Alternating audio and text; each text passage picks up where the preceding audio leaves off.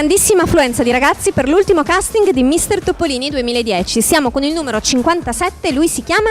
Gabriele Auber, Perfetto, di dove sei? Di Trieste? Trieste. Come sei arrivato a Mister Topolini? Ho sentito in giro la voce, alla fine mi sono fatto convincere un po' da mia mamma, un po' dai miei amici, poi anche io volevo venire a provare questa esperienza nuova. E all'ultimissimo casting hai deciso di venire. Hai aspettato un po', dai. Ho aspettato un po' perché non ero molto convinto, volevo vedere chi c'era, di che età i ragazzi, poi visto che siamo in questa età, Tu quanti anni hai? 16.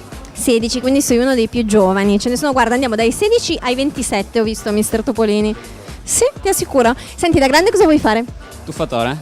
Tuffatore, quindi sei sportivo. Sì, sportivissimo. Raccontaci della tua passione, dai. Mi sveglio ogni mattina presto, devo andare a allenarmi in piscina, almeno 2 ore la mattina, poi vado a casa, dormo, recupero, torno in piscina a allenarmi di nuovo, poi torno a casa, faccio una doccia, esco con gli amici, in giro per eventuali feste o in qualche club. La dieta del tuffatore qual è? Non ci sono diete, mangio tantissimo. Mangi tantissimo.